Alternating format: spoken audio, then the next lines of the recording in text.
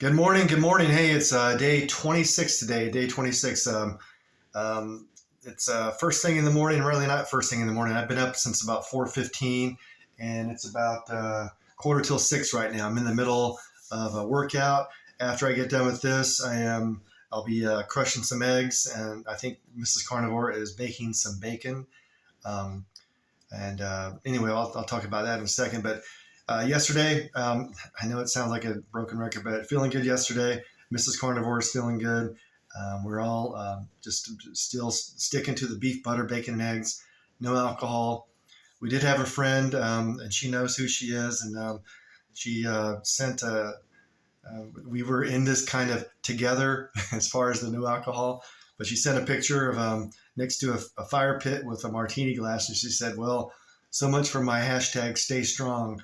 And so she had a martini, but that's cool. It's fine. Still, her and her husband probably did like nearly 3 weeks of no alcohol, which is really great. And so we'll probably have some alcohol next. I think we're thinking next Friday. So today's Thursday, so not tomorrow, but the next week, because that's going to be the beginning of Mrs. Carnivore's um, birthday week. So her birthday, she'll be 61. So anyway, we have had some contact with some old friends of ours from Georgia that we had hadn't seen in a long time. But interesting that they're beginning to go carnivore, which is awesome. So reached out to him, and I guess she was talking about I guess what you would call a meat aversion. And I've heard about people doing what we're doing, the beef, butter, bacon, and eggs, and they get to a point where it's just too, I guess, mundane, or they just don't feel like that they're hungry for that, or whatever. And it can happen. I mean, it hasn't happened to me. I think that you can cook eggs a lot of different ways. You can get beef a lot of different ways, and bacon's always good. So and butter, I'll put extra butter in my scrambled eggs. I'll put butter on top of a steak and eat that together, which is awesome. Some people actually eat pallets of butter as they go through the day. That's like their snack. So if you're really trying the beef, butter, bacon, and eggs, and you just think it's just too restrictive, well, it is restrictive. But the reason I'm trying to say this is that, well, still, if you still want to do it and you still want to make the challenge like what we're doing, if you're really not hungry for, let's say, beef, butter, bacon, and eggs, then basically don't eat. Don't eat. If you're not hungry, it's like, oh, it just doesn't sound good. I would say don't eat, and just fast until you actually get that feeling back that, yeah, I'm hungry. I want some more nutrients, and I'm going to eat. And I know it sounds kind of crazy, but one of the rules we have is eat when you're hungry only, and eat till you're full. Those are a few rules that we have. So if you're feeling like, oh, I don't want to have any more beef, or I don't want to have this, and just don't eat. And I'm telling you, eventually your body will come around and say, okay, and it will taste good once you get it back again. Not the easiest thing to do. A lot of people are just, if you're going from eating breakfast, lunch, and dinner, snacking in between, that's 5 to 6 meals. Some sort of a popcorn at night while watching a Netflix movie. It's going to be. It's not even in your psyche to not eat until you're really hungry. So get that body just kind of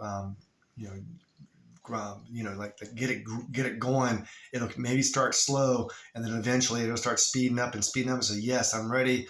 I'm ready for some beef. I'm ready to crush a 1 pound steak.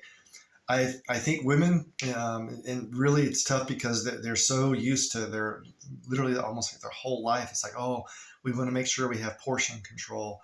We just want to eat a little bit of this, a little bit of that, a little bit of this, because we want to, keep our figure. And I get it. I mean, it's that's kind of the way that if you're eating a standard American diet, you almost have to if you're doing that. But in the meantime, you realize, oh wow, I'm sneaking I'm snacking in between meals. I'm sneaking food behind whatever. I don't know. People do a lot of different things with food, but if you're if you're coming from that and now coming from just four items, beef, butter, bacon, and eggs. It's like that's pretty drastic, and I get it's pretty drastic, but the benefits are amazing. I did my we weigh and check our fat level every morning. My weight is just a little bit less, but my fat level is just a little bit less also. So again, we don't want to lose muscle; we want to lose fat, and that's really great with this diet. So if you have that meat aversion, don't feel like you're a failure. Just don't eat until you're so hungry and it's like you're ready to do it, and don't portion control. I've used to work at a steakhouse in college, and I could easily eat a 1 pound steak. I mean, I was rowing crew back then and just working out like unbelievably, but I was able to eat a 1 pound steak. But most women, they're not like, oh, that's just too much, But I've seen it happen that women that used to be just oh, I'm so full. Once they cut out all that stuff that your body's trying to digest, all the fibers, all the toxins from the plants, all of that happening. Once that's gone, you're gonna want that nutrition. Your body will let you know about it. Okay, so that's good for today. You guys have some extra meat today, and if you're still eating vegetables, let's try to skip a meal without vegetables. See what happens. So you guys get out there and exercise, walk, do something, start moving. Even if you do like I always say just at a bare minimum, do some basic yoga. When I say basic yoga, up dog and down dog. And if you can just do 3 or 4 of those a day, you're well ahead of the game. So keep it going.